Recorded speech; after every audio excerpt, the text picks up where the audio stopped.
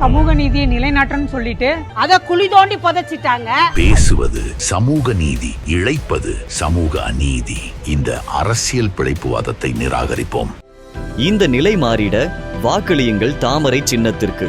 ட்ரெண்ட்வுட்ஸ் மக்களுக்கு வணக்கம். இன்னைக்கு நம்மளோட ஷோல யாரை பத்தி பேச போறோம் அப்படின்னா நம்மளோட சூப்பர் ஸ்டாரை பத்தி தான் பேச போறோம். சூப்பர் ஸ்டாரை பத்தின ஒரு சூப்பரான அப்டேட் வந்திருக்கு, அதை பத்தி தான் பார்க்க போறோம்.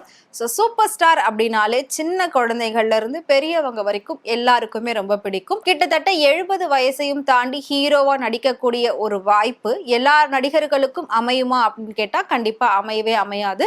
உலகமே திரும்பி பார்க்கக்கூடிய ஒரு நடிகர் அப்படின்னா அது நம்மளோட சூப்பர் ஸ்டார் மட்டும்தான். இவரை விட மிகப்பெரிய ஸ்டார்ஸ் எல்லாம் இருக்காங்களே அப்படின்னா இருக்காங்க. ஆனா ஒவ்வொருத்தரும் ஒவ்வொரு விதமான ஒரு ஸ்பெஷல்ல இருப்பாங்க. ஆனா நம்மளோட சூப்பர் ஸ்டாருக்கு மட்டும்தான் உலகம் ஃபுல்லாவே ரசிகர்கள் இருக்கிறதையும் உலகம் ஃபுல்லாவே அவரை கொண்டாடுறதையும் நம்மளால பார்க்க முடியும். அந்த மாதிரி ஒரு வாய்ப்பு கண்டிப்பா இதுக்கு முன்னாடி யாருக்கும் இருந்ததில்லை. இதுக்கப்புறமும் யாருக்காவது இருக்குமா அப்படின்னு கேட்டா கண்டிப்பா கிடையவே கிடையாது. இப்ப நடிச்சிட்டு இருக்கக்கூடிய ஹீரோயின் பேர் என்னன்னு கேட்டாலே பல பேருக்கு தெரியாது.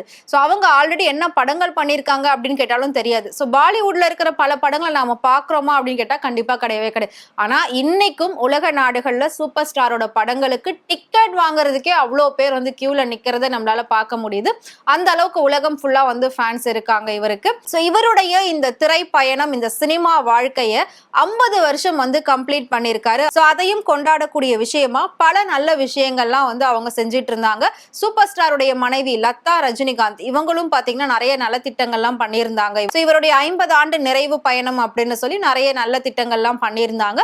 இதை தாண்டி இவருக்காக மிகப்பெரிய ஒரு ஃபங்க்ஷனும் ஏற்பாடு பண்ணியிருந்தாங்க. பட் தேர்தல் அது இதுன்னு சொல்லி நிறைய காரணங்களால அதை அப்படியே தள்ளி வச்சிருக்காங்க. கண்டிப்பா எலெக்ஷன் முடிஞ்சதுக்கு அப்புறமா அந்த ஃபங்க்ஷனை நாம எதிர்பார்க்கலாம். அதுக்கு முன்னாடி போன வருஷம் ரிலீஸ் ஆன கூலி படம் வேற லெவல்ல ஹிட் ஆச்சு. அதுக்கு முன்னாடி ஜெயிலர் 1 அதுவும் பிளாக் பஸ்டர் ஹிட் ஆச்சு. இப்ப அடுத்ததா ஜெயிலர் 2 வரப்போகுதுன்னு சொல்லி நம்ம எல்லாருமே ஆவலோட வெயிட் பண்ணிட்டு இருக்கோம். அதை பாக்குறதுக்காக சூப்பர் ஸ்டாரோட ரசிகர்கள்லாம் மிகப்பெரிய ஒரு எதிர்பார்ப்போட காத்துக்கிட்டு இருக்காங்க. அதுக்கு முன்னாடி இன்னொரு சூப்பரான குட் நியூஸ் சொல்லியிருந்தாங்க. ஏன்னா சினிமாவை பொறுத்த வரைக்கும், அதாவது தமிழ் சினிமாவை பொறுத்த வரைக்கும் பிரிக்க முடியாத ஒரு சில விஷயங்கள் இருக்கும். அதுல பாத்தீங்கன்னா நம்மளோட சூப்பர் ஸ்டார் அண்ட் உலக நாயகன் இவங்க 2 பேரையும் பிரிக்க முடியாது. ஏன்னா நண்பர்களா 2 பேருமே அவ்வளோ ஒரு சூப்பரான பாண்டிங் கொண்டவங்க தான். அப்படி இருக்கிற பட்சத்துல இவங்க 2 பேர் பல வருஷங்களுக்கு முன்னாடி, அதாவது கிட்டத்தட்ட ஒரு 30 வருஷங்களுக்கு முன்னாடி 2 பேரும் சேர்ந்து நிறைய படங்கள் நமக்காக கொடுத்திருந்தாங்க. ஒரு காலகட்டத்துக்கு அப்புறமா 2 பேருக்குமே சினிமாவில வரவேற்பு இருக்கு அப்படின்னு தெரிஞ்சுக்கிட்டு தனித்தனியா நடிக்கலாம் அப்படின்னு சொல்லிதான் ஹீரோவா 2 பேருமே களமிறங்க ஆரம்பிச்சாங்க. அதே மாதிரி அவங்களோட வெற்றி பாதையில 2 பேருமே இன்னைக்கு வரைக்கும் பயணம் பண்ணிட்டு இருக்காங்க. திரும்பவும் இந்த காம்போ எப்போ நம்ம பார்ப்போம். அதாவது இதுக்கு முன்னாடி 80ஸ்ல அவங்க நிறைய படம் பண்ணிருக்காங்க. 90ஸ்ல கம்மி ஆயிடுச்சு. 2Kக்கு அப்புறமா பெருசா இல்ல. பட் இப்ப இருக்கிற யங்ஸ்டர்ஸ் கூட பாத்தீங்கன்னா சூப்பர் ஸ்டார் ஃபேனா இருக்காங்க. அதனால அவங்க எல்லாமே கேட்க ஆரம்பிச்சுட்டாங்க. திரும்பவும் எப்போ ரஜினி கமல் காம்போவை நாம ஸ்கிரீன்ல பார்க்க முடியும், திரும்பவும் 2 பேரும் சேர்ந்து நடிப்பாங்களா அப்படின்னு சொல்லி பல மேடைகள்ல பல பேர் கேட்டிருக்காங்க. சினிமால இருக்கக்கூடிய பல இயக்குனர்களே கேட்டிருக்காங்க. அப்பெல்லாம் எந்த ஒரு பதிலும் பெருசா சொல்லாம நேரம் வரும்போது பாத்துக்கலாம் அப்படின்னு சொல்லி தட்டி கழிச்சுட்டு போய்கிட்டே இருந்தாங்க. பட் ஃபைனலா ராஜ்கமல் ப்ரொடக்ஷன் மூலமா, அதாவது கமல்ஹாசன் அவர்களே பாத்தீங்கன்னா அவரோட ப்ரொடக்ஷன் கம்பெனி மூலமா சூப்பர் ஸ்டாரை வச்சு ஒரு படம் எடுக்கணும், அதுல நாங்க 2 பேரும் சேர்ந்து நடிக்க போறோம் அப்படின்னு சொல்லியிருந்தாங்க. அப்படி சொல்லி எக்ஸ்பேஜ்ல அதுக்கான ஒரு அபிஷியல் அனௌன்ஸ்மெண்ட்டையும் கொடுத்திருந்தாங்க. இதை பார்த்த பல பேர், அதாவது சூப்பர் ஸ்டாரோட ஃபேன்ஸ், உலக நாயகன் ஃபேன்ஸ், இவங்க 2 பேருமே சேர்ந்து அவ்வளோ கொண்டாடினாங்க. அவ்வளோ பெரிய ஒரு வரவேற்பு இருந்தது. இந்த 2 லெஜெண்டை வச்சு இயக்க போற அந்த இயக்குனர் யாருப்பான்ற எதிர்பார்ப்பு ரொம்ப பெரிய அளவுல இருந்தது. உடனே கமல் சார் என்ன பண்ணாருன்னா அவரோட எக்ஸ்பேஜ்ல சுந்தர் சி தான் தன்னோட இயக்குனர் அப்படின்னு சொல்லி அனௌன்ஸ் பண்ணியிருந்தாரு. அடுத்து ஒரு 2-3 நாள்லயே சுந்தர் சி இதுல இருந்து விலகிக்கிறேன், ஒரு சில காரணங்களால சூழ்நிலைகளால இதுல இருந்து நான் விலகிக்கிறேன் அப்படின்னு சொல்லி அவரு விலகிட்டாரு. ஏன்னா இவங்க 2 பேரை வச்சு இயக்கணும் அப்படின்னா மிகப்பெரிய அளவுல அதுக்கெல்லாம் ஒர்க் அவுட்ஸ் இருக்கணும். ரொம்ப யோசிக்கணும், பெரிய அளவுல நம்ம வேலை வாங்கணும் அப்படின்றதுதான். அது எல்லா இயக்குனர்களாலையும் முடியுமா அப்படின்னு கேட்டா கண்டிப்பா அது கேள்விக்குறிதான். சுந்தர் சி விலகினதுக்கு அப்புறமா டான், டாக்டர் இந்த மாதிரி படங்கள் இயக்குனர் சிபி சக்கரவர்த்தி தான் அடுத்து இவங்களை டைரக்ட் பண்ண போறாரு. இந்த படத்துல அவர் தான் டைரக்டர் அப்படின்னு சொல்லி அது ஒரு அனௌன்ஸ்மெண்ட் கொடுத்திருந்தாங்க. இப்போ அதுல ஒரு ஷாக்கிங் நியூஸ் வந்திருக்கு. என்ன அப்படின்னா இவரும் இப்போ இந்த படத்துல இருந்து விலகி போறதா ஒரு தகவல் வந்திருக்கு. அதாவது சிபி சக்கரவர்த்தி தான் ஃபைனல் டைரக்டர் அப்படின்னு சொல்லியிருந்தாங்க. இப்போ அவரும் விலகிட்டாரு அப்படின்ற ஒரு நியூஸ் தான் வந்திருக்கு.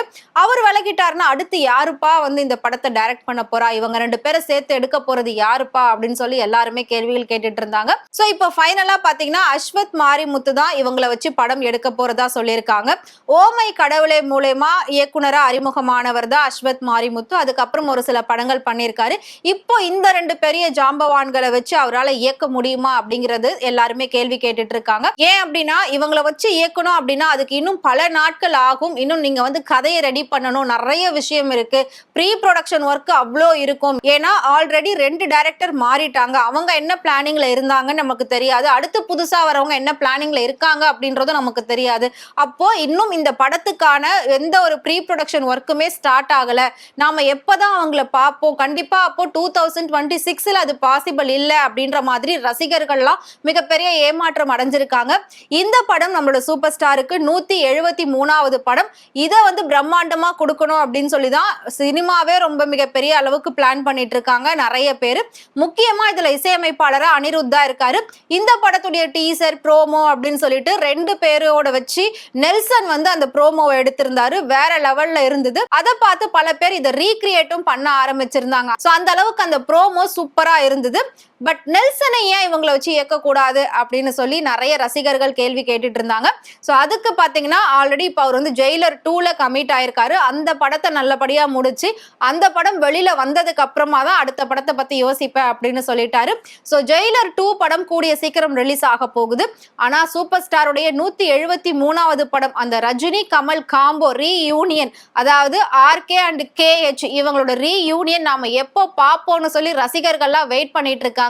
அதாவது இந்த டைரக்டரும் விலக போறாரு அப்படிங்கறத அபிஷியலாவே எக்ஸ் பேஜ்ல சொல்லியிருக்காங்க. பிஸ்மி மீடியா அப்படிங்கிற ஒரு பேஜ்ல தான் வந்து போட்டிருக்காங்க. சிபி அவுட் அண்ட் அஸ்வத் இன் அப்படின்னு போட்டிருக்காங்க. இதை வச்சுதான் எல்லாருமே கன்ஃபார்மே பண்ணிட்டாங்க. சோ சிபி சக்கரவர்த்தி நம்மளோட சூப்பர் ஸ்டாரோடைய 173வது படத்துல இருந்து விலகிறாரு அப்படின்றது தெரிஞ்சிருச்சு.